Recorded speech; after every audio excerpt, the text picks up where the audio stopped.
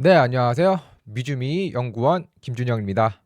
오늘 장 시작 전 살펴볼 뉴스를 시작하도록 하겠습니다. 먼저 이제 첫 번째 소식은 이제 바로 어제 이제 FOMC 직전에 했던 이제 마지막 파월의 연설이 있었는데요. 이제 파월은 이제 미국 경제는 좀 강하고 연준의 독립성 상실을 좀 걱정하지 않는다라고 전하는 모습이었습니다.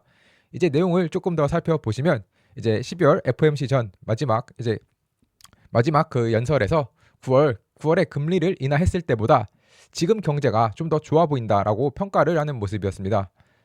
또한 이제 노동시장 같은 경우 하방 리스크가 좀 줄어들었다라고 보이며, 또한 성장률 같은 경우는 확실히 우리가 생각했던 것보다는 강하고 인플레이션은 조금 더 이제 높아지고 있다고 이제 평가를 하였는데요. 이러다 보니까 이제는 이제 성장을 촉진하거나 둔화하지 않는 금리, 즉 중립 금리를 찾기 위해 조금 더 이제 신중할 수 있는 이제 시간이 생겼다라고 전하는 모습이었습니다.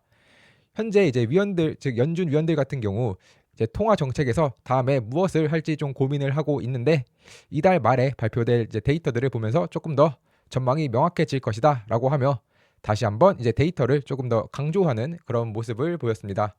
이제 관세에 대해서, 특히 트럼프의 여러 정책에 대해서도 이렇게 이런 사회자가 질문을 하였는데요.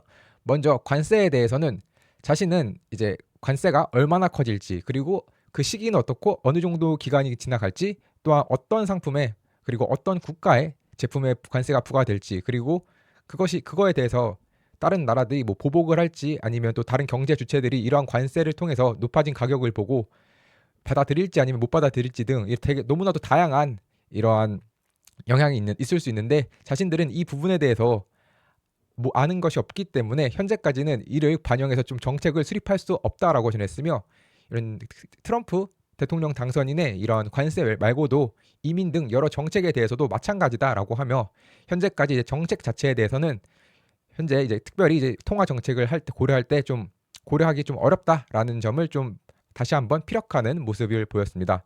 또한 이제 연준의 독립성도 굉장히 좀 중요한 이슈이고, 이와 관련해서 또 사회자가 질문을 하였는데요. 이에 대해서 자신은 이제 독립성을 좀 상실할까봐 걱정하지는 않는다라고 전했습니다.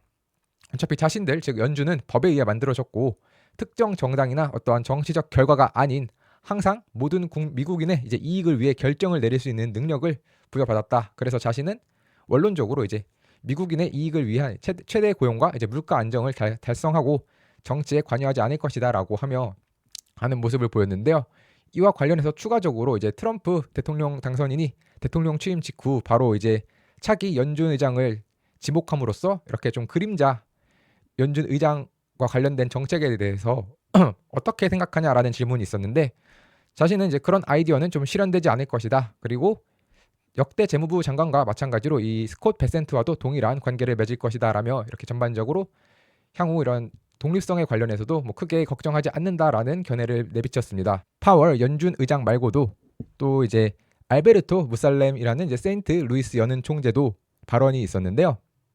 이 알베르토 무살렘 세인트 루이스 연은 총재는 경제를 보면 이제 노동시장의 어떤 건강에 대한 우려가 좀 잦아들었고 인플레이션이 2%보다는 3%에 가깝게 유지될 위험이 커진 것으로 보인다라고 하며, 이제 금리 인하 속도를 좀 늦추거나 아니면 이제 데이터를 좀 기다리기 위해 완전히 이렇게 금리 인하를 좀 중단하는 것을 좀 고려할 때가 다가오고 있을 수 있다라며 조금 더 이제 신중해야 한다라는 의견을 내비치기도 하였습니다. 다만 그럼에도 불구하고 현재까지 계속해서 시장은 이제 12월 FOMC에서 25bp 금리 인하를 좀 예상을 하며, 현재까지 약 채권 트레이더들의 약 77.5%가 이제 25bp 인하할 것으로 예상하고 있습니다. 그러면 이제 다음 소식은 이제 웰스파고가 2025년 S&P 500을 7,007을 전망하며, 현재까지 그 전까지 가장 높았던 이 야데니 리서치와 도이치뱅크의 7,000을 보다 더 높은 수치를 좀 전망하는 모습을 보였다는 것인데요. 이제 웰스파고 같은 경우는 2025년 이제 S&P 500 7,007을 전망을 했고, 이와 관련해서 이 투자 전략가인 크리스토퍼 하비는 트럼프 행정부가 좀 금리 인하 시기에 더 주식에 유리한 거시적인 환경을 가져올 것이다라고 전망하는 모습을 보였습니다. 특히나 이와 관련해서 이제 기업 또한 마진이 확대가 되고 미국 경제가 시장의 예상치인 2.1%보다 더 빠르게 성장할 것이며, 2025년 후반에는 이 M&A 활동의 회복으로 또한 이제 이익이 있을 것이다라고 전하며, 연말까지도 계속해서 이제 주가 상승이 있을 수 있다라는 소식을 전했습니다. 또한 이제 기존의 시장을 이끌었던 이 매그니피션트 7 외에 S&P 493의 성장 역시도 이러한 S&P 500 7007을 전망하는 데 있어서 영향을 미쳤는데요.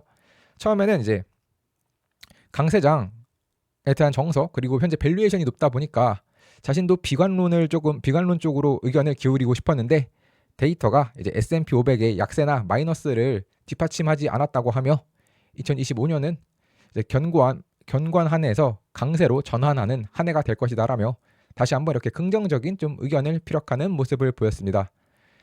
네, 그 외에도 좀 다양한 이제 월가의 여러 가지 의견들을 좀 더 살펴보려고 하는데요. 블랙락 같은 경우는 이제 2025년에 여전히 이제 AI에 투자를 하고 좀 채권은 피해라라고 전했습니다. 이제 블랙록의 이제 글로벌 최고 투자 전략가인 웨이리 같은 경우는 2025년에 매우 좀 불안정할 가능성이 크다라고 전하는 모습이었는데요. 일반적으로 이렇게 불안한 모습을 보일 때는 돈을 좀 이렇게 그 회피를 하기 위해서 국채를 투자하는 경우가 많지만 오히려 블랙록은 장기 국채 비중을 좀 줄이고 금을 투자하는 것이 좀 더 변동성에 대해서 더 나은 헤지 수단이며 또한 자신들이 보기에 이 AI 테마가 단기간에 이런 과대 광고라고 생각하지 않기 때문에 이 AI 테마에 대해서도 좀 비중 확대를 하고 있다라고 전했습니다. 또한 이제 국채 같은 경우 아까 이제 국채는 조금 더 불안정하다라고 판단했던 가장 큰 이유로는 이제 트럼프 정부가 이제 들어오게 될 경우 이미 부채가 높은데 이후에 재정 정책에 대해서도 조금 불확실한 전망이 있기 때문이라고 전하는 모습이었습니다. 다음으로 이제 바클레이즈의 의견도 조금 더 살펴볼 텐데요. 바클레이즈 같은 경우 이제 트럼프 관세로 가장 좀 영향을 많이 받을 분야가 어디냐에 대해서 우리가 생각하는 이 소재 부문과 그리고 임의 소비재라고 전하는 모습이었습니다.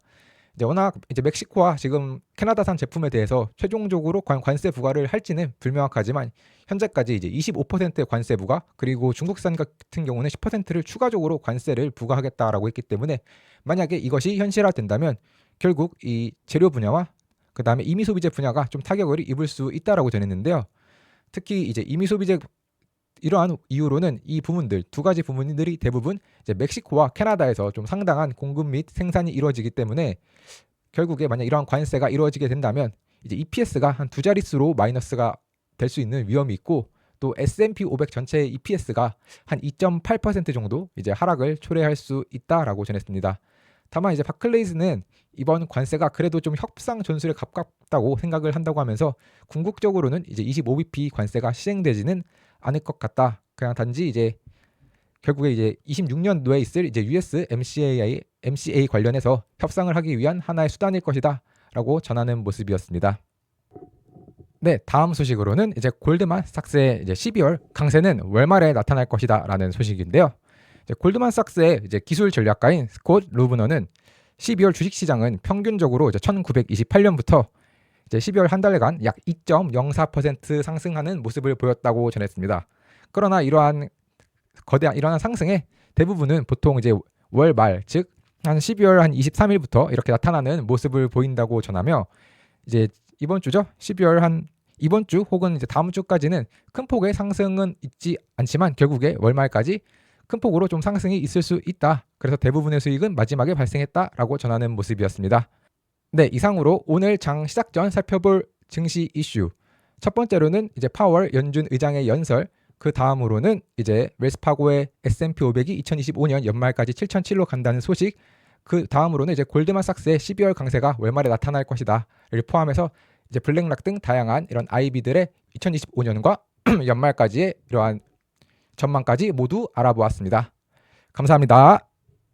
네, 현재 미주미의 네이버 프리미엄 콘텐츠는 오늘 제가 말씀드린 세 가지 소식 이외에도 특징주나 다양한 뉴스들이 포함된 미주미 마감시황, 그리고 시장을 이기는 포트폴리오의 미주미 주도주, 테크니컬 분석이 포함되어 있는 미주미 매운맛, 골든크로스 종목 등 다양한 콘텐츠들을 함께 하시고 싶으신 분들은 네이버 프리미엄 콘텐츠에서 미국 주식에 미치다를 검색해 주시면 프리미엄 콘텐츠를 구독하실 수 있습니다. 네, 구독 방법은 네이버 검색창에 네이버 프리미엄 콘텐츠 미국 주식에 미치다를 검색하시면 이렇게 네이버 프리미엄 콘텐츠가 나오는데요. 이걸 다시 한번 클릭하시면 이런 화면과 함께 오른쪽 상단에 구독하기 버튼이 있으니 이 버튼을 통해서 하실 수 있습니다. 또한 제 영상을 보시고 구독을 하시는 분들은